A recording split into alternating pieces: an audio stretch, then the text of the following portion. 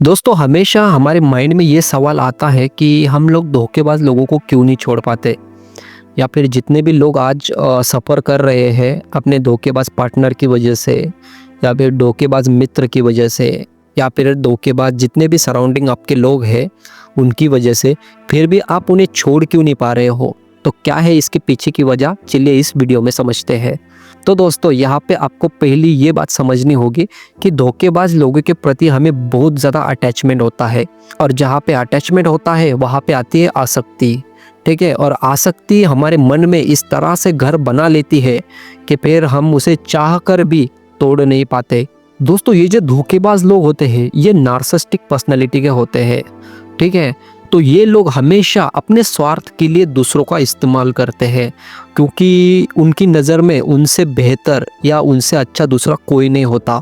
तो जब अपना स्वार्थ होगा तो ये आपके साथ बहुत अच्छा बर्ताव करेंगे, और जब स्वार्थ उनका निकल जाएगा तो आपके साथ दुश्मन से भी बदतर बर्ताव करेंगे। और एक समय में जब आपको इनकी असलियत का पता चल जाएगा, या फिर आप इनके इस पैटर्न को समझ जाओगे और आप इनको छोड़ने की कोशिश करोगे, और जब ये बात इनको पता चल जाएगी तो ये क्या करेंगे, आपके साथ ब्रेड क्रम्बिंग करेंगे। अब ब्रेड क्रम्बिंग होता क्या है दोस्तों, बेसिकली ये लोग ये करेंगे कि इनको जैसे ही पता चलेगा कि अब आप जाने वाले हो तो ये लोग आपके लिए एफर्ट्स करना शुरू कर देंगे, और जैसे आप उनके एफर्ट्स देखोगे तो आप फिर से वापस लौट कर आ जाओगे, और वहीं पे ये लोग फिर से पहले जैसे हो जाएंगे। और इनकी इसी पैटर्न की वजह से ये लोग आपको ट्रैप करके रखते हैं। अब हमारा इनका ना छोड़ने के पीछे इनकी सिर्फ मैनिपुलेशन टेक्निक काम नहीं करती, बल्कि हम खुद जिम्मेदार है हमारे आज के कंडीशन के लिए।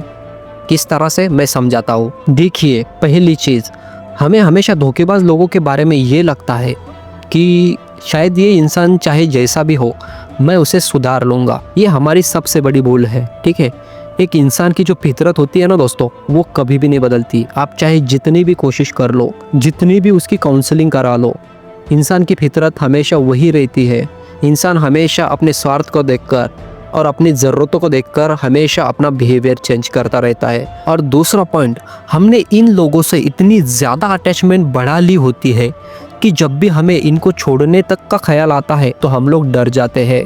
हम लोग खुद के बारे में सोचने लगते हैं कि इनके जाने के बाद हमारी लाइफ कैसी होगी। अगर ये चले जाएंगे तो शायद हम अकेले पड़ जाएंगे, अगर ये नहीं होंगे तो हमारी लाइफ बेरंग हो जाएगी। ये हमारी सबसे बड़ी भूल है।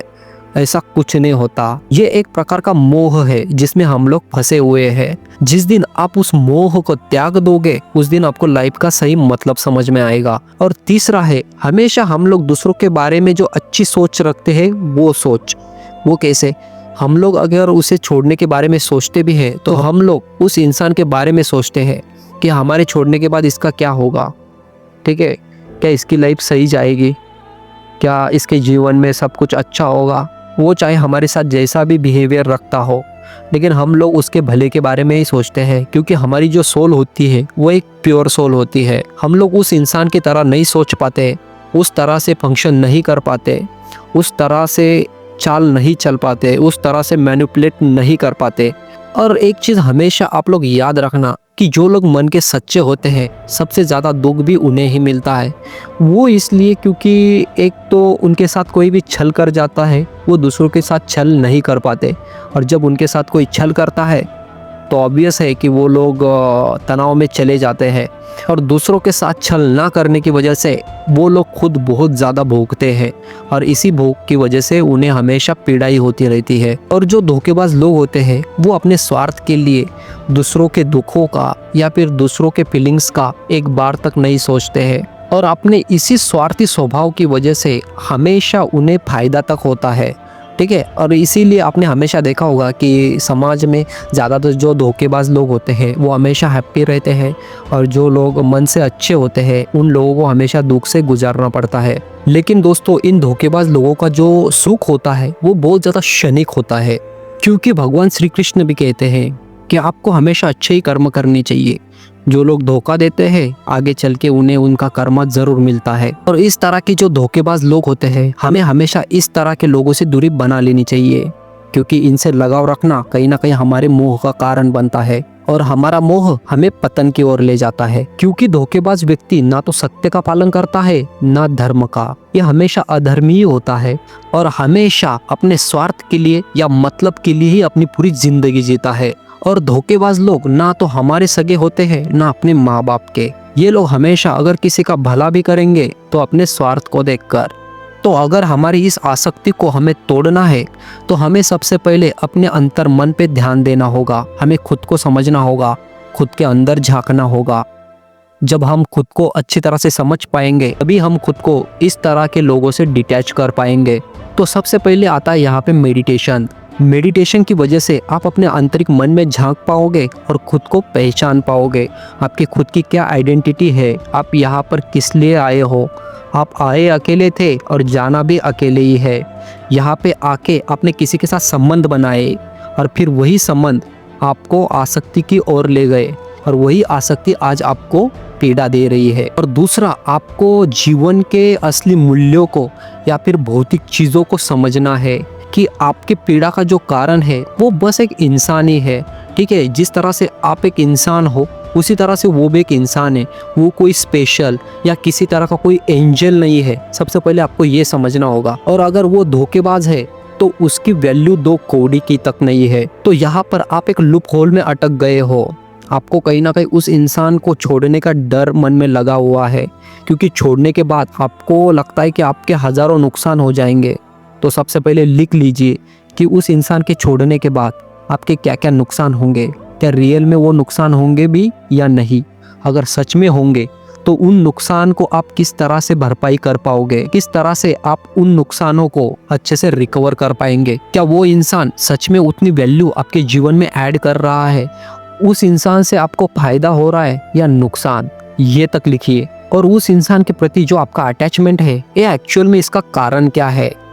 क्या ऐसी चीज़ है जो आपको उस इंसान से जोड़कर रखती है और उस चीज़ का क्या कोई अल्टरनेटिव नहीं है। अब जैसे आपको इसका अल्टरनेटिव मिल जाएगा तो आपको यहाँ पे 2 चीज़ें करनी है। सबसे पहले आपको सीखना है सेल्फ लव, कि आप खुद पर किस तरह से प्रेम कर सकते हो, खुद को किस तरह से आप बेटर कर सकते हो। और दूसरी चीज़ है कि आपको डिटैचमेंट किस तरह से वर्क करता है। हम खुद को किसी से अपने आप को किस तरह से डिटैच कर सकते हैं, इस पर हमें वर्क करना है। डिटैचमेंट की जो प्रोसेस है वो किस तरह से काम करती है, हमें ये चीज़ सीखनी है। हमें डिटैचमेंट और सेल्फ लव के बेनिफिट्स के बारे में जानना है, उन्हें समझना है और ऐसी ही चीज़ें जो आगे चलकर हमें फ़ायदा पहुंचाएगी, ऐसी चीज़ों पर हमें फोकस करना है और इसी डायरेक्शन में हमें एक्शन भी लेना है। तो दोस्तों, धोखेबाज लोगों को छोड़ना बहुत बड़ी बात है ही नहीं। ठीक है, जो आप अपने मन में लेकर चल रहे हो कि इन्हें किस तरह से छोड़ दिया जाए, इन्हें जाने के बाद मेरा क्या होगा क्या नहीं होगा। Time heals everything. ठीक है, टाइम के साथ आप चाहे आपके ऊपर जितनी भी बड़ी आपदा आ जाए, जितना भी बड़ा पहाड़ टूट जाए, टाइम के साथ आपके सारे घाव तक भर जाएंगे। और ये मैं गारंटी के साथ कहता हूँ।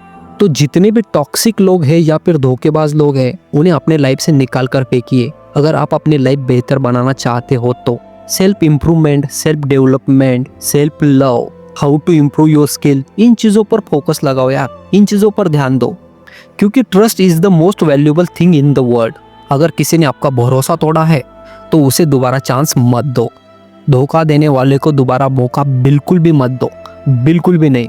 तो आप दोबारा उसे मौका भी दोगे तो शायद आपका रिश्ता या फिर आपका जो भी उसके साथ संबंध है वो उस तरह से नहीं बन पाएगा जैसे पहले था। तो दोस्तों, आई होप मेरे इस छोटे से वीडियो से आपको थोड़ा बहुत तो बेनिफिट मिला होगा। ठीक है, तो वीडियो इंफॉर्मेटिव लगा होगा तो वीडियो को लाइक कर दीजिएगा।